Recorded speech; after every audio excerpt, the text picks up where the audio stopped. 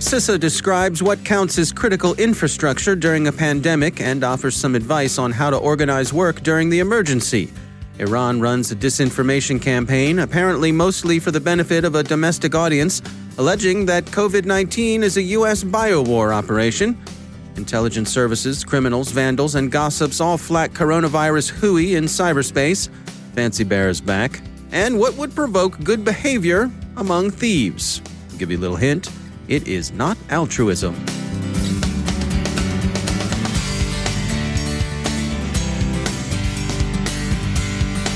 It's time to take a moment to tell you about our sponsor, Recorded Future, the real-time threat intelligence company. Recorded Future's patented technology continuously analyzes the entire web to give cybersecurity analysts unmatched insights into emerging threats. We read their dailies at the CyberWire, and you can too. Sign up for Recorded Future's Cyber Daily email to get the top trending technical indicators crossing the web.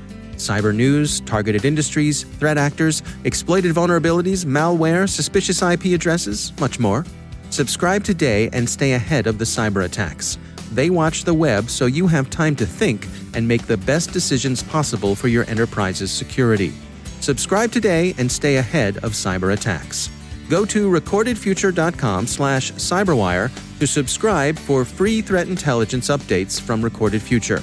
It's timely, it's solid, and it's on the money. And we thank Recorded Future for sponsoring our show.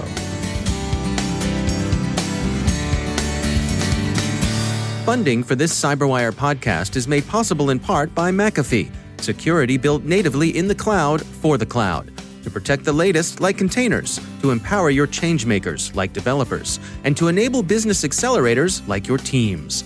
Cloud security that accelerates business. It's about time. Go to McAfee.com/time. From the CyberWire studios at Data Tribe, I'm Dave Bittner with your CyberWire summary for Friday, March 20th, 2020. The COVID-19 virus, of course, continues to affect most aspects of life in most parts of the world. And that includes, of course, those parts of life that touch cyberspace. There's been a great deal of discussion of how the public and private sectors will need to organize their work during the pandemic. As the Voice of America and others point out, the risk of cyber attack rises with the incidence of telework, and so security considerations assume a correspondingly greater importance. But what about telework? Not everybody's work can be done remotely, and as the White House put it Monday, quote, "If you work in a critical infrastructure industry as defined by the Department of Homeland Security, such as healthcare services and pharmaceutical and food supply, you have a special responsibility to maintain your normal work schedule," end quote. With that in mind, the U.S. Department of Homeland Security's Cybersecurity and Infrastructure Security Agency, CISA, has issued guidance for how organizations should consider organizing their work and employees during the present COVID-19 emergency. CISA stresses that the recommendations are advisory in nature, but they do suggest how organizations might decide who needs to report physically to the job and who might work remotely. They also suggest ways of arranging workplaces and work schedules to reduce the likelihood of spreading the disease. A number of the jobs the recommendations discuss are directly concerned with cybersecurity. The sectors CISA discusses include healthcare and public health, law enforcement, public safety and first response, food and agriculture, energy, and that includes not only electrical power but oil, gas, and renewables, water and wastewater, transportation and logistics, public works, communications and information technology, other community-based government operations and essential functions. One example CISA discusses is hospitality. If local governments and organizations are given access to hotels for quarantine or emergency housing, then these assume a criticality they wouldn't normally have.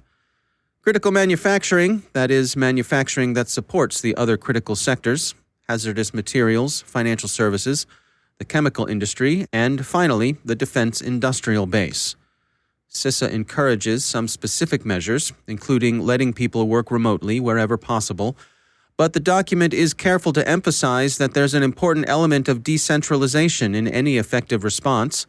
As CISA puts it, quote, "Response efforts to the COVID-19 pandemic are locally executed, state-managed, and federally supported," end quote. Iran appears to have suffered particularly badly from COVID-19 with an acknowledged 17,361 cases. 1,135 of which have proven fatal, Foreign Policy reports.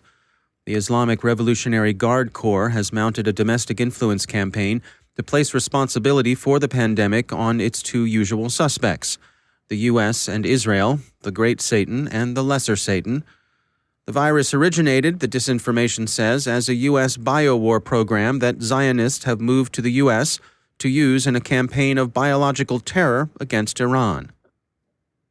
The U.S. this week unambiguously told Iran that it had no intention of relaxing sanctions imposed on the regime for what the U.S. has long characterized as Tehran's support of terror. Iran called the decision cruel, coming as it did during a pandemic. The Wall Street Journal's report notes that yesterday the U.S. Treasury Department added 5 companies to the list of those sanctioned, in this case Emirati-based firms accused of serving as conduits for Iranian oil exports. Some of the fictions circulating about the pandemic are disinformation, others promote fraud, while still others are popular bits of misinformation. Tenable has a rundown of fake cures, phony government statements, and simple panicky mistakes, often amplified by fearful conspiracy theories. Cash App scammers have been busy on the legitimate peer-to-peer payment app. They make their approach with tweets, and they found some marks willing to fall for their COVID-19 fraud. Others are making bogus offers of COVID-19 test kits. This particular scam seems to be particularly common around Toronto. Some are opportunistic variations on familiar scams, like the one claiming to be from a grandchild or other relative. Instead of the customary car accident or drunk driving arrest, the hoods are now telling people that a close relative has tested positive for COVID-19 and that the usual financial help is required. And some of the misinformation is either deliberate disinformation, either state spread or the work of chaos artists, or it's just the work of what the Middle Ages would have called rattles, gossips who must, for reasons deep in their personal nature, keep up a steady flow of information, true, false, or unknown. These have recently been text messages from people who say they've heard from a friend who knows a guy who said the lady heard from someone really high up in the government that a national quarantine was about to be declared. Or something like that. In any case, the Martians have landed and the man is about to get you. If the text message or tweet is saved and circulated as an image, the better to evade text-based filters, well, you may be seeing something that's hostile government work.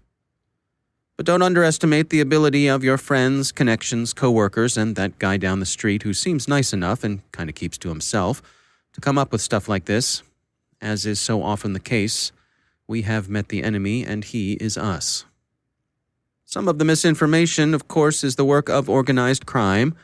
IBM has found one set of hoaxed communiques that pretend to be from the World Health Organization.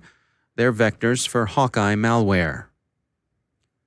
With all the pandemic-themed badness in circulation, it's almost with relief that one turns to a familiar cyber espionage campaign. Remember Fancy Bear? Sure you do. That's the Russian GRU, the noisy sister of the more discreet Cozy Bear. Trend Micro reports that APT28, that is, Fancy Bear, is using previously compromised corporate email accounts to spearfish for credentials in the defense sector. Over the past year, most of the targets have been in the Middle East, with the United Arab Emirates being a particular target. In addition to spamming and phishing, Fancy Bear is also scanning servers, looking for vulnerable instances of Microsoft SQL Server and directory services.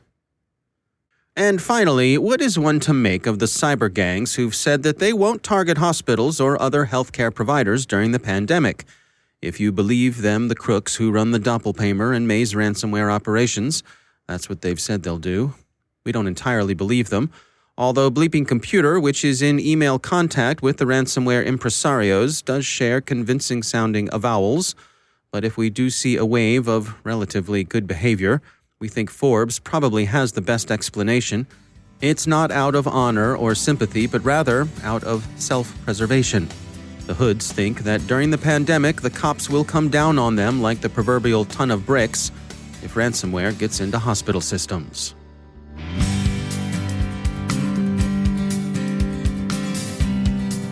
And now, a word from our sponsor, Looking Glass Cyber. Organizations have been playing a dangerous game of cyber Jenga, stacking disparate security tools, point solutions, and boxes one on top of the other, hoping to improve their security posture. This convoluted and overloaded security stack can't hold up in today's micro-segmented, borderless, and distributed networks. As the enterprise network grows, organizations need a flexible protection around their unique network ecosystems. By weaving security into the investments your organization has already made, formerly disjointed tools can communicate with one another to disrupt and distract the adversary without revealing your defenses. With a software-based approach to unifying your security stack, security teams can easily scale their protection to fit their needs, with one integrated software solution requiring no specialty hardware. Meet the Aonic Security Fabric. Learn more at lookingglasscyber.com. That's lookingglasscyber.com. And we thank Looking Glass Cyber for sponsoring our show.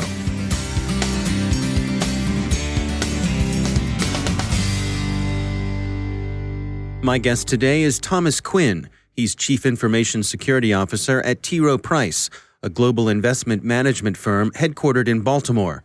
His career includes service as an officer in the United States Navy, as well as stops at Prudential, Goldman Sachs, and J.P. Morgan Chase. Tom Quinn joined us in our studios.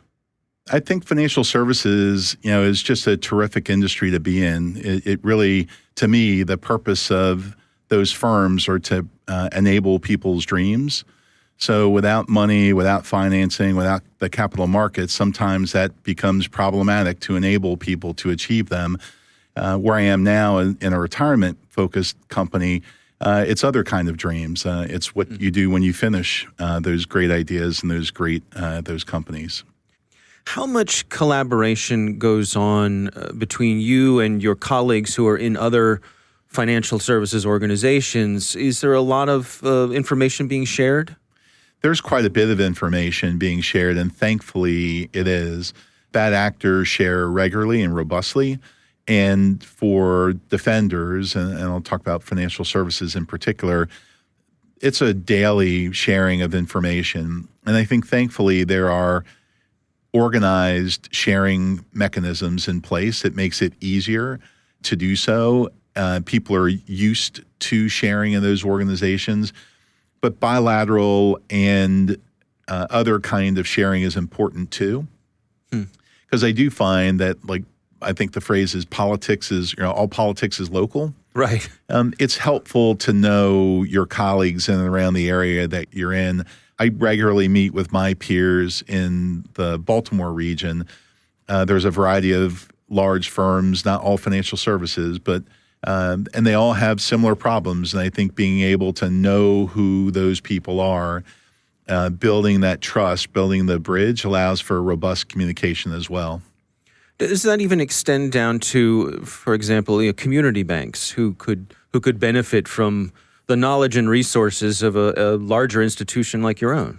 There are. One of the organizations that does quite a bit of this organized sharing is the Financial Services Information Sharing and Analysis Center, FSISAC. Yeah. And there are a variety of subgroups in there and to help sharing, because each group is a little bit different. But I will share with you one example of some of that sharing and at a local level that I think is important. So the legal profession has a concept of pro bono. Mm-hmm. So they're part of the being a lawyer is being able to give yourself to the community to help people for free. Right. So I've embarked upon a similar kind of process for pro bono cyber support. So I call it CISO for a day. And this is through my firm. So most firms allow for volunteering. And there's a set of protections, right, that firms also have through this volunteering effort. And I was able to volunteer at a nonprofit in Baltimore City to help them with their cybersecurity. So, and it was instructive. Again, technology is opaque. Cybersecurity looks like magic. And for this very small firm, about 10 people, they just were trying to help other people.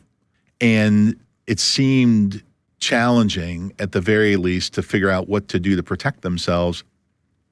But I sat down with them for a few hours, for a few months, and at the end of it, they felt comfortable that they could ask the right questions. And there was some specific guidance that I provided, but it really was an opportunity for them to comfortably share with somebody that didn't have an agenda, wasn't looking to sell anything to them, and was really there to provide help for them.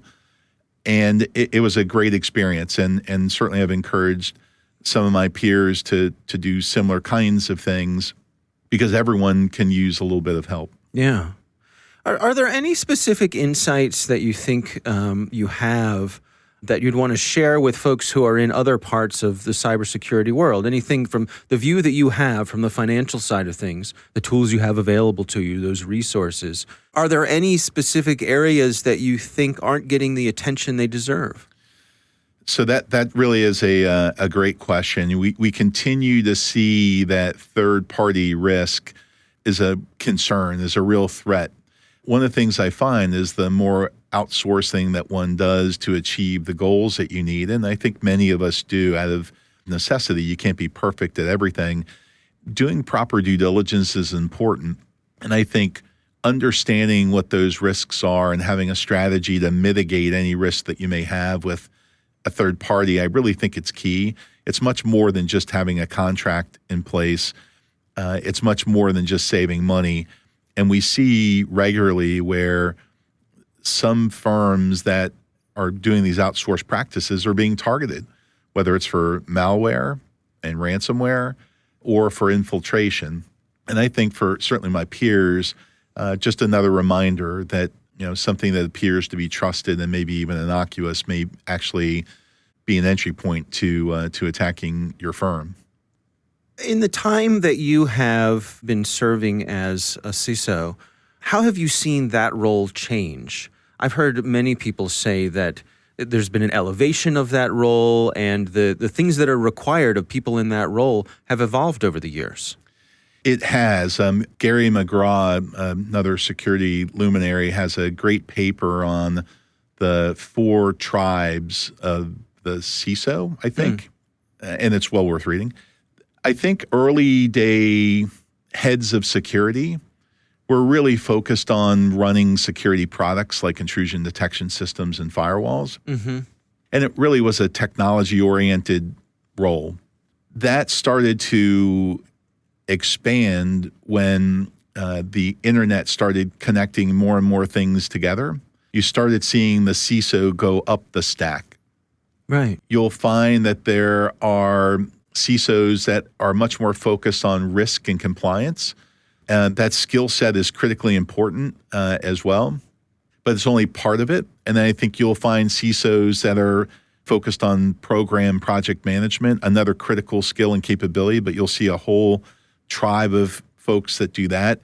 And I think as you build a team, you need to consider what you do well and then how you surround yourself with talent to fill in some of the things that you do less well. That's Thomas Quinn. He's Chief Information Security Officer at T Rowe Price. Coming up on Tuesday, March 31st, Rick Howard, the CyberWire's chief analyst, and I will be hosting our first quarterly cybersecurity analyst call for members of CyberWire Pro Plus. Each quarter, we'll be joined by a rotating group of experts to engage in an insightful discussion about the events of the last 90 days that will materially impact your career, the organizations you're responsible for, and the daily lives of people all over the world. Those who tune in to the live stream will be able to ask questions and participate in the conversation.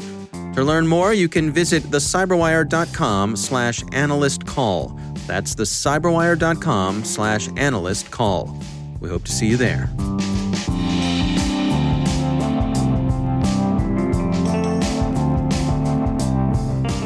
And joining me once again is Malek Ben Salem. She's the America's cybersecurity R&D lead for Accenture. Malek, it's great to have you back.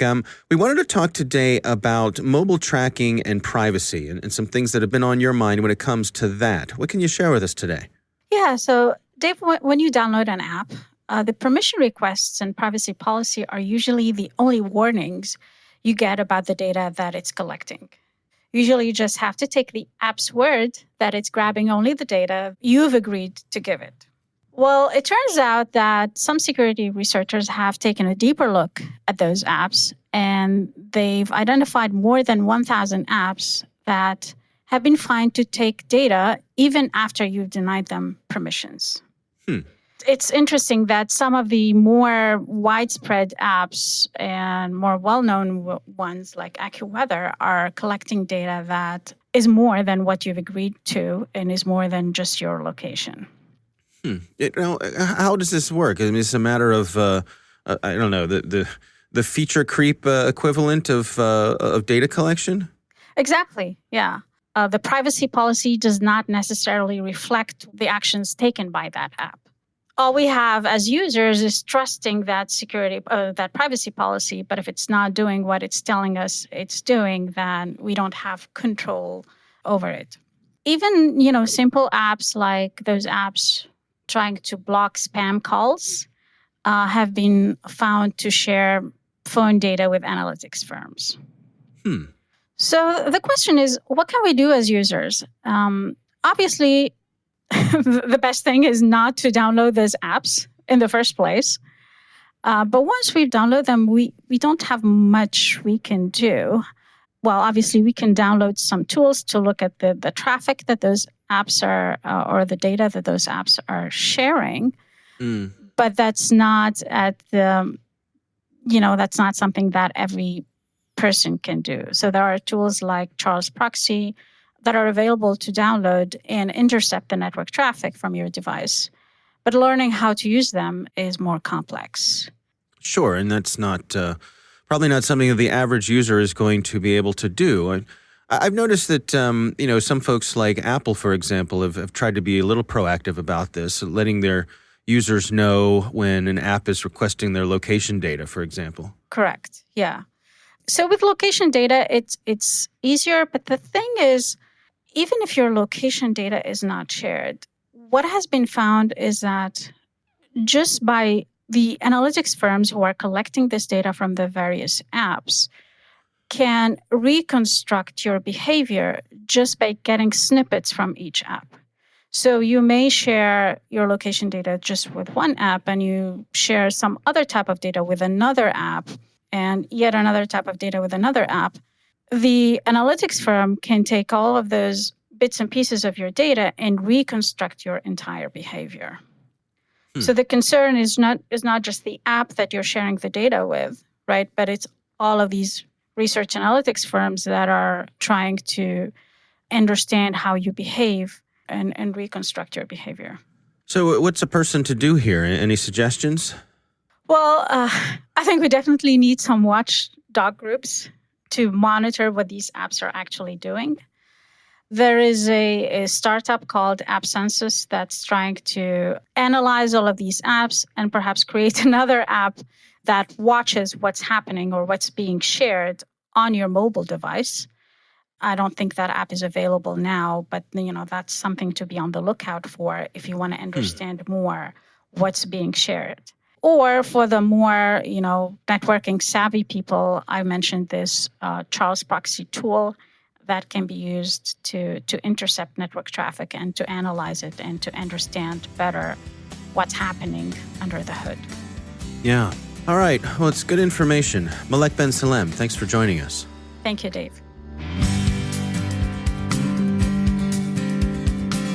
And that's the CyberWire. For links to all of today's stories, check out our daily briefing at thecyberwire.com. And for professionals and cybersecurity leaders who want to stay abreast of this rapidly evolving field, sign up for CyberWire Pro. It will save you time and keep you informed. And listen for us on your Alexa smart speaker, too. Thanks to all of our sponsors for making the CyberWire possible, especially our supporting sponsor, Observit, a Proofpoint company and the leading insider threat management platform. Learn more at observit.com. The CyberWire podcast is proudly produced in Maryland out of the startup studios of Data Tribe, where they're co-building the next generation of cybersecurity teams and technologies. Our amazing CyberWire team, working from home, is Elliot Peltzman, Peru Prakash, Stefan Vaziri, Kelsey Bond, Tim Nodar, Joe Kerrigan, Carol Terrio, Ben Yellen, Nick Valecki, Gina Johnson, Bennett Moe, Chris Russell, John Petrick, Jennifer Iben, Rick Howard, Peter Kilpie, and I'm Dave Bittner. Take care of yourself, take care of each other, stay safe. Thanks for listening. We'll see you back here next week.